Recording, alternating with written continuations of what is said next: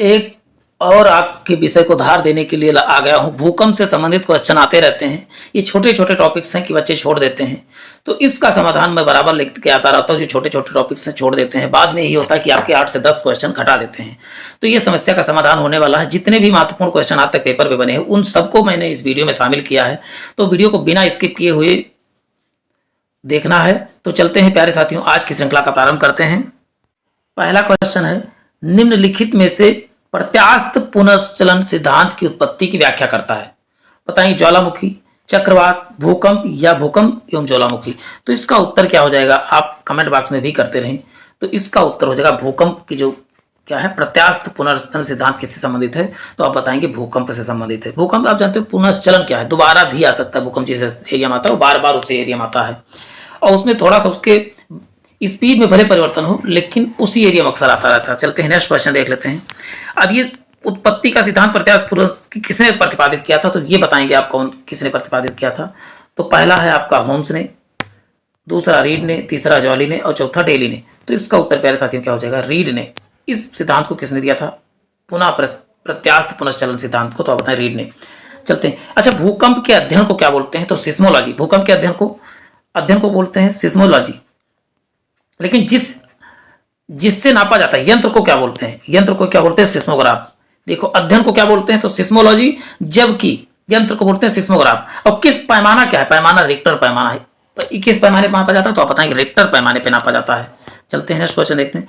पृथ्वी की आंतरिक संरचना की विश्वसनीय जानकारी प्राप्त करने का सबसे अच्छा स्रोत क्या है, यानी पृथ्वी के अंदर की बात जानना चाहें तो क्या हो सकता है, तो आप बताएंगे क्या है।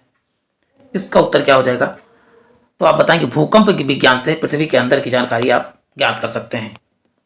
चलते हैं नेक्स्ट देख लेते हैं।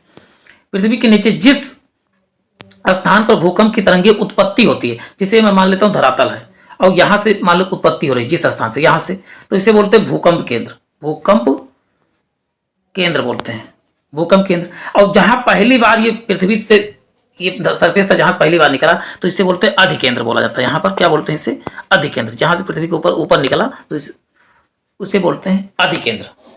जहां पहली बार प्रभावित करता है भूकंप उसे बोलते हैं अधिकेंद्र। यानी सबसे अधिक टूट फाड़ कहां पर होता है, जहां पर पृथ्वी फट जाती है उसे बोलते हैं अधिकेंद्र बोला जाता है, या इपी सेंटर। तो क्या पूछा गया, भूमि के नीचे, तो भूमि के नीचे वाले को क्या था, भू से भूमि और भू से भूमि के नीचे, तो उसे बोलते हैं भूकंप केंद्र, यानी ऑप्शन सी करेक्ट हो जाएगा, भूकंप केंद्र। यानी और जहां पर पहली बार निकला उसे बोलते हैं अधिकेंद्र या एपी सेंटर बोलते हैं। चलते हैं।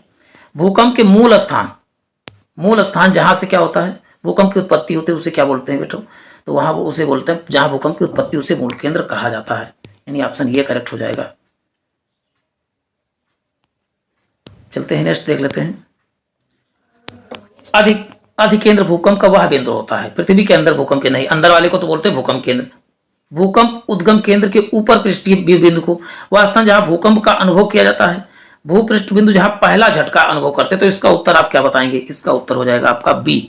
भूकंप का उद्गम केंद्र ऊपरी पृष्ठ, जहां पहली बार निकलता है उसे क्या बोलते हैं, भूकंप उद्गम केंद्र से ऊपरी पृष्ठ, यानी 90 डिग्री।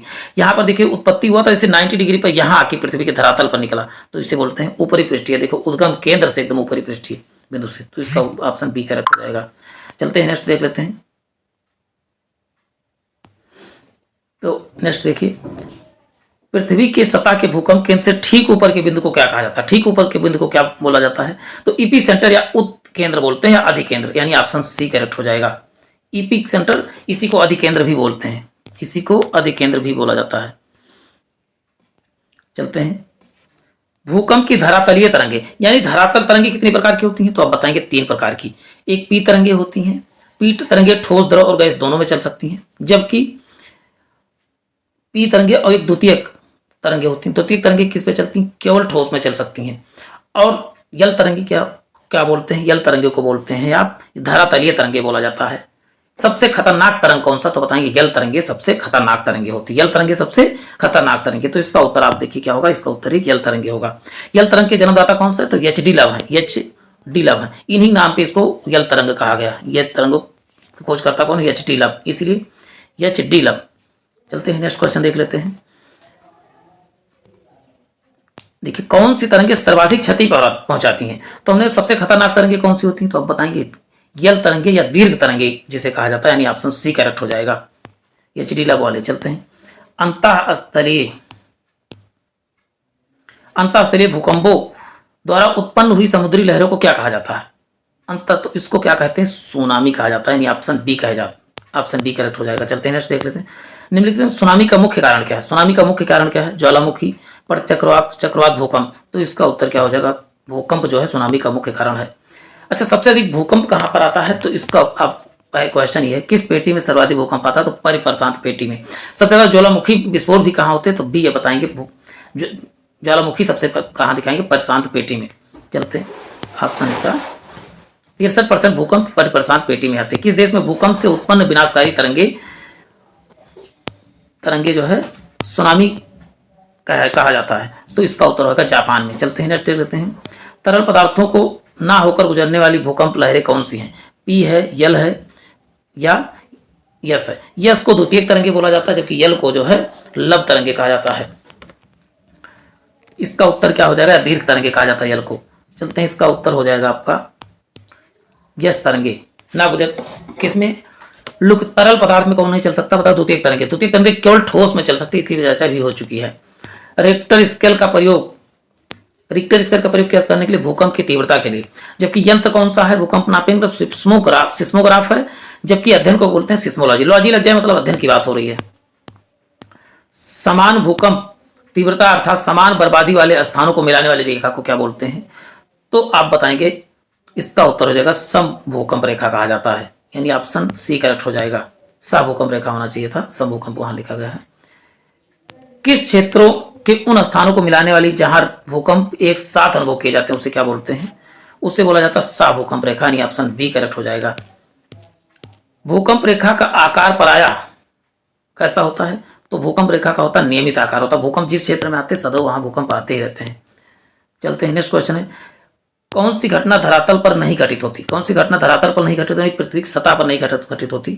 ज्वालामुखी, अपक्षय, अपरदन ये सब होती है, लेकिन सुनामी जो है धरातल पर नहीं घटित होती है। चलते हैं, सुनामी लहर होती है, पानी पर घटित होती है। इनमें से कौन सा अनुन्मेय प्राकृतिक आपदा है? कौन सा प्राकृतिक आपदा कौन सा है प्राय? तो बताएं, तो इसका उत्तर क्या हो जाएगा आपका? चक्रवात एक प्रकार अनुमेय मतलब दोहराव होने वाली प्राकृतिक आपदा, यानी ऑप्शन ये करेक्ट हो जाएगा। प्यारे साथियों, हम इसके सभी जो है टॉपिक वाइज एमसीक्यू लेके आएंगे, जितना भी ज्योग्राफी है। इसका आज पहला पार्ट था, ऐसे करके एक टॉपिक में कराता जाऊंगा। तो आप छोटे छोटे टॉपिक्स के द्वारा आप अपनी पढ़ाई को उधार दे सकते हैं, पढ़ाई को आसान बना सकते हैं। तो जय हिंद, जय भारत।